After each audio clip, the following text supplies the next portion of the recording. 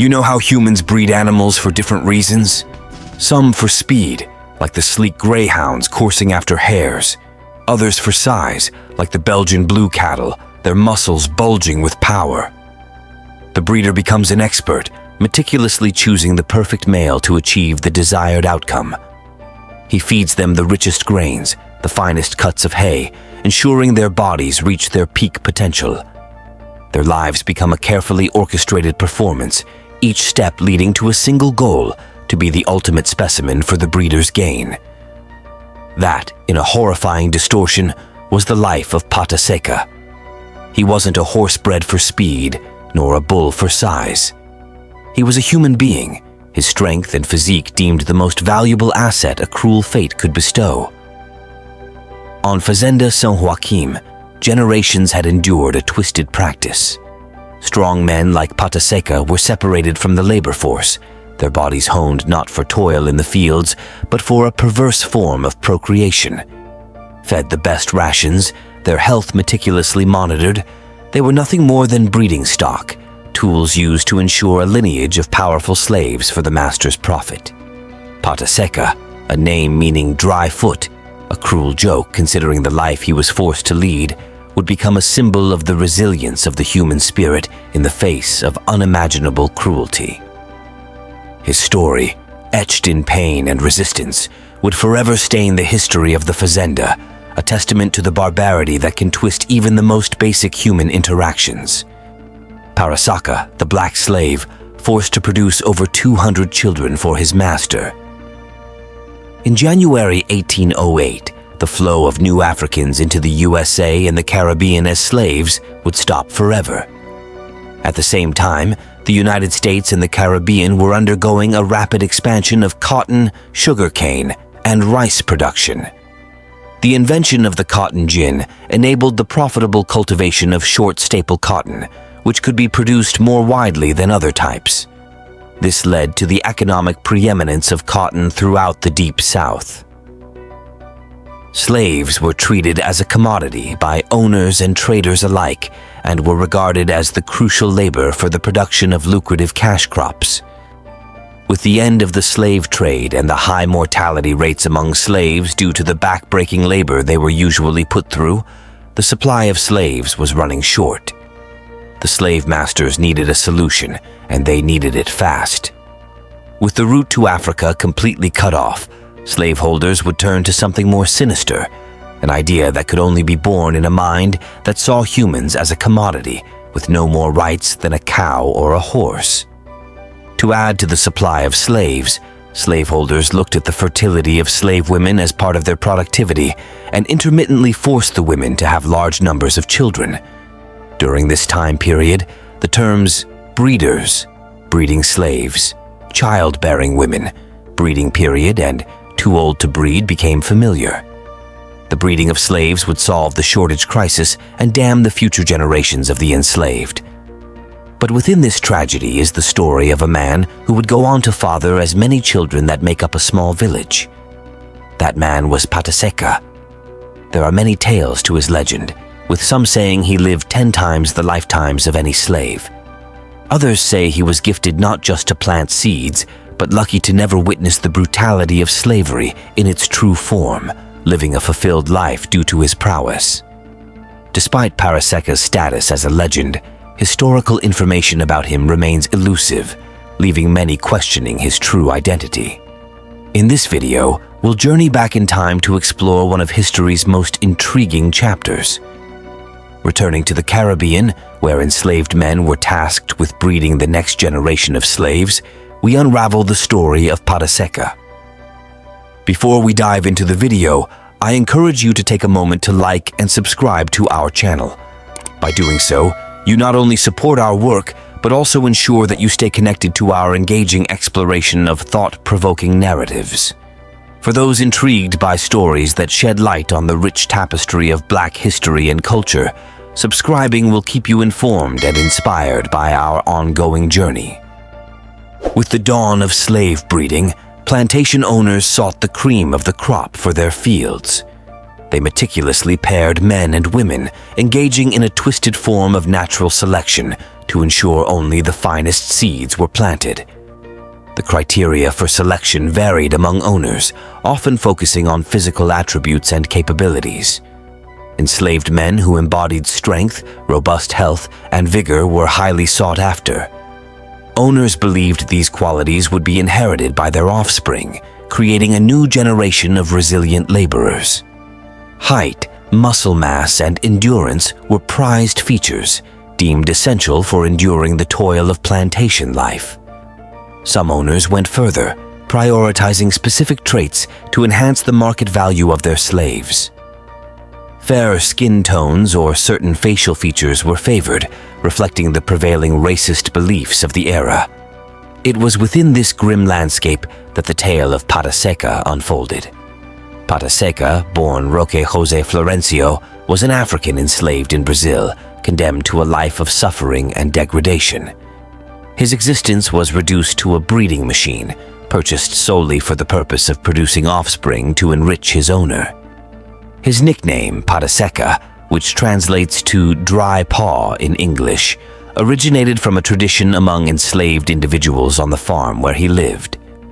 Slaves were given animal names, and due to Pata Seca's tall stature, standing at 2.18 meters, thin legs, and large hands and feet, he was given the name Pata Seca. Born in Sorocaba, São Paulo, Seca would be enslaved and become the property of a farmer from São Carlos, São Paulo.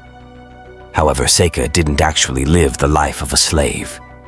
He had a good relationship with his owner, Francisco Dacun Habueno, who entrusted him with responsibilities such as delivering mail and caring for the farm's animals, which required him to travel daily on horseback between the rural village and the city of São Carlos. He enjoyed a unique position as an enslaved man, as he did not work in the fields or live in the slave quarters.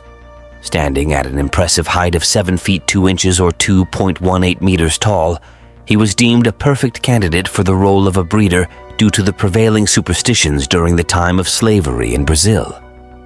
It was believed that tall men with slender legs were more likely to father male children, which were much needed to work on the fields and tend to livestock. Exploiting this myth, Pata Seca was designated as a slave breeder by his owner, responsible for impregnating the female slaves on the farm. His descendants estimate that approximately 30% of the current population in the district of Santa Eudoxia, São Carlos, can trace their ancestry back to Pata Seca. Seca's roles were to generate a strong labor force with favorable genetic traits to boost the productivity of his owner without incurring any extra financial expenses. Seca's life was controlled by his owner's desires. He was meticulously checked for diseases, well-fed, and like livestock, he was put to work as a breeder. The exact number of women he slept with, or the frequency of these encounters, remains unknown. However, it is estimated that Pata Seca fathered over 200 children who inherited their father's enslaved status. Consequently, they too experienced lives of servitude, with some being sold for profit and others compelled to toil on their owners' plantations. The children of Pata Seca were treated very poorly and had to endure harsh conditions and unimaginable cruelty. They were often forced to work from a very young age, performing backbreaking labor on plantations or in households where they were owned. These children were not allowed to have a normal childhood and were stripped of their innocence. It was quite a haunting life, and the complete opposite of Seca's experience, as he was given all he needed as long as he could produce more offspring. The struggles of his offspring are one of the reasons why most of his descendants are unknown. At the time, Pata Seca could barely tell which children were his along with those of other breeders. The children would be put to work once they come of age, just like their parents. The children were seen as property. They were considered commodities to be bought, sold, and traded. Families were often torn apart as children were separated from their mothers and siblings with no regard for their emotional well-being. Once grown up, the enslaved children were forced to work, performing laborious tasks such as cleaning, cooking, and taking care of the children of the slave owners. These children endured both physical and emotional abuse at the hands of their masters and mistresses. Slave children were also subjected to dehumanizing practices. They were often denied education, as it was believed that an educated slave was a threat to the institution of slavery. Without access to learning, these children were intentionally kept ignorant and denied the opportunity to develop their intellectual abilities. Furthermore, the enslaved children faced various forms of brutality. They could be subjected to harsh physical punishment, such as whipping or beating for the smallest infraction. The goal was to instill fear, control, and a sense of inferiority within them. This brutal treatment served to perpetuate the notion that they were less than human and reinforce the power dynamics of slavery. Due to his success in producing a significant number of offspring for his owner, Pata Seca received relatively favorable treatment. He was granted special privileges and even received a plot of land from his master. When slavery was abolished in Brazil in 1888, after gaining his freedom, Pata Seca found love and companionship in a woman named Palmyra, whom he married. Together, they would raise 9 children, forming the foundation of their own family. In the land gifted to him by his former master, Pata Seca dedicated himself to constructing a new life for his family, embracing the role of a farmer. He owned and operated Sitio Pata Seca, his very own farm. Here, he toiled tirelessly in the production and sale of rapadura, a solid form of unrefined cane sugar. Though his earnings were modest, Pata Seca utilized them to provide for his family, nurturing their well-being and nurturing his dreams of a brighter tomorrow. While he lived as a free man, Pata Seca would never be able to connect with any of the hundreds of children he fathered while enslaved. As a man who lacked formal education and faced the cruel realities of the slave era, Pata Seca did not have access to any documentation that could help him trace any of his offspring. In those days, records of children born into slavery, indicating their fathers and mothers, were rarely kept, further complicating his search.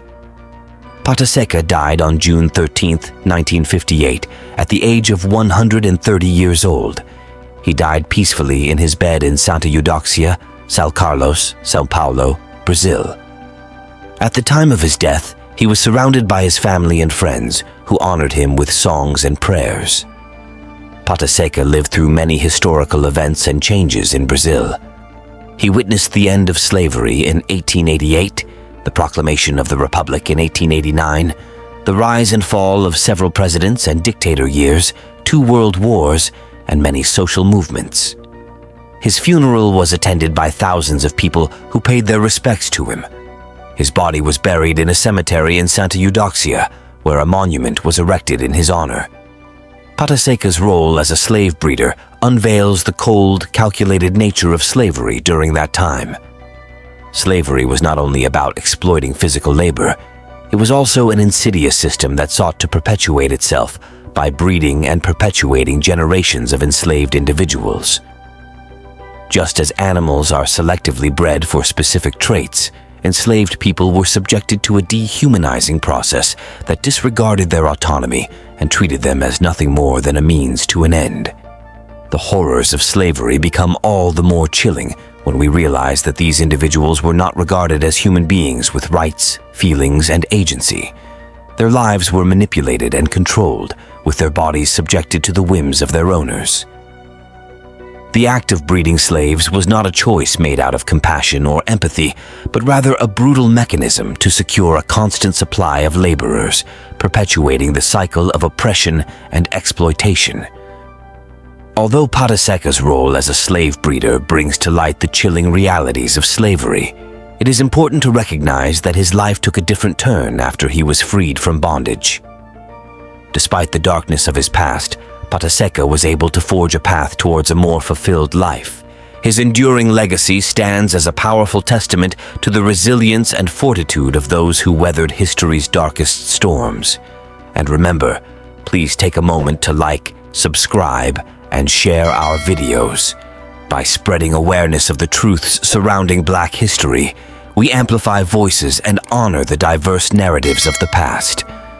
Thank you for being a part of this journey with us.